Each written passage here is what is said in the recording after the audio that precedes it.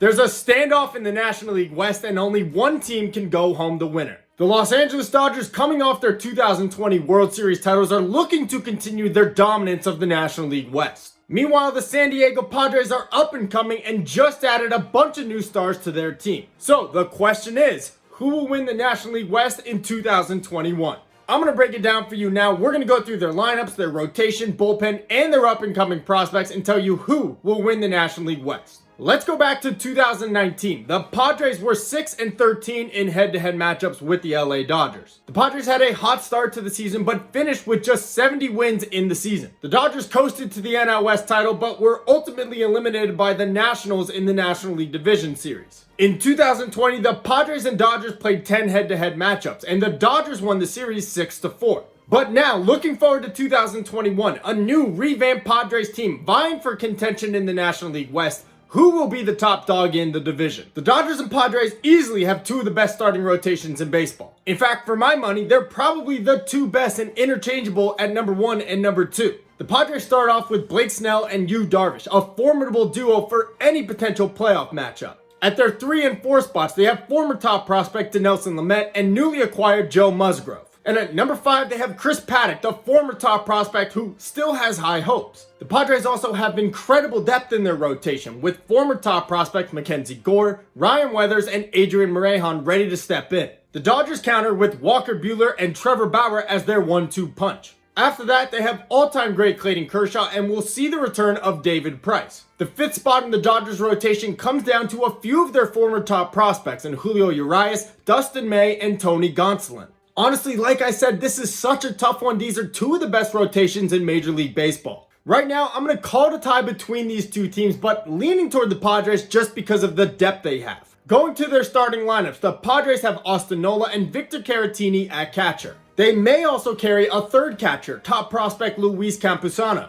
The Dodgers at catcher have former top prospect Will Smith as well as Austin Barnes. I'm going to go with the Dodgers. I'm very big on Will Smith. At first base, the Padres have Gold Glover Eric Hosmer and the Dodgers feature Max Muncy. Muncy has really come into his own over the last few years, but right now, I gotta go with Eric Hosmer at first base. At second base, the Padres will go with newly acquired Ha-Seong Kim out of the Korean Baseball Organization, while the Dodgers go with Chris Taylor and Gavin Lux. Gavin Lux is a former top prospect, and Chris Taylor has done nothing but perform since going to the Dodgers. And Ha-Seong Kim probably isn't ready to adapt to Major League pitching just yet. So for those reasons, I'm going to go with the Dodgers and give them the check on this one. At third base, the Padres have former Dodger Manny Machado, while the Dodgers just brought back Justin Turner. Turner's now 36 years old, and I don't know how much he has left in the tank. Manny Machado, on the other hand, looks like he's gotten comfortable playing for the San Diego Padres. I expect that to continue, so I'm going to give the Padres the check mark on third base. At shortstop, the Padres have superstar Fernando Tatis Jr. and the Dodgers have World Series MVP Corey Seager. Personally, I've never been a big believer in Corey Seager. I never thought he was a great performer come playoff time, but he obviously proved me wrong last year. But even so, there's no doubt in my mind that Fernando Tatis Jr. is a far superior player to Corey Seager. For those reasons, I gotta give the Padres the check mark at shortstop. In left field, the Padres have Tommy Pham and the Dodgers have AJ Pollock. In his second year with the Dodgers last year, AJ Pollock returned to form like he played with the Diamondbacks in the beginning of his career. But Tommy Pham is a serviceable left fielder and still can mash. Both of these guys are a question mark for me, so I'm going to leave this one at a tie. In center field, the Padres have Gold Glover Trent Grisham and the Dodgers have former MVP Cody Bellinger. There's no need to even discuss this one. Obviously, the Dodgers get it. Cody Bellinger is far and away a better player in center field than anyone on the Padres. He's one of the best center fielders in baseball and an easy MVP choice for this year. So give the Dodgers a check in center field. And in right field, the Padres have Will Myers and the Dodgers have Mookie Betts. Do I need to say anything? Really? I love that Will Myers doesn't use batting gloves, but it's just not enough to beat out Mookie Betts. Mookie Betts, like Cody Bellinger, is one of the top 5 players in Major League Baseball. And because of that, I have to give the check to the Dodgers in right field.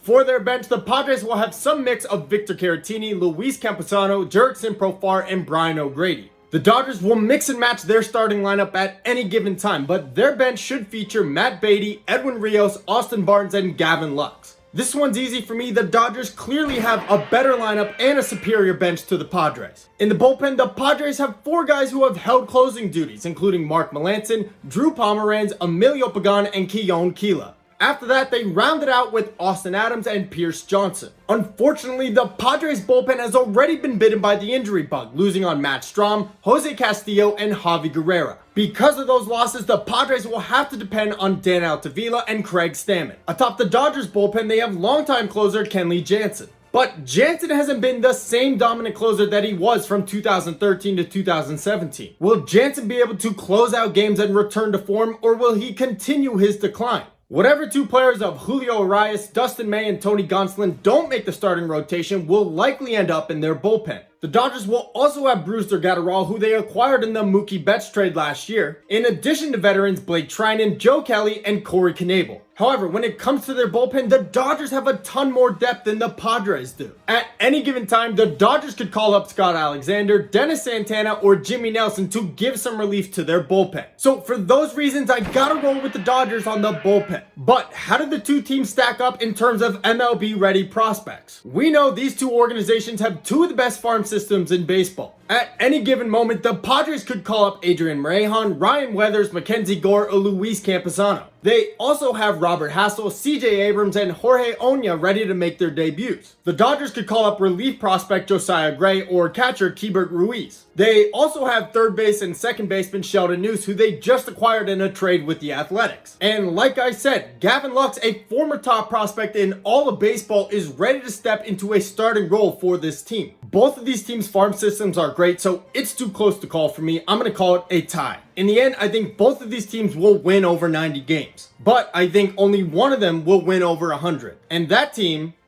is the Los Angeles Dodgers.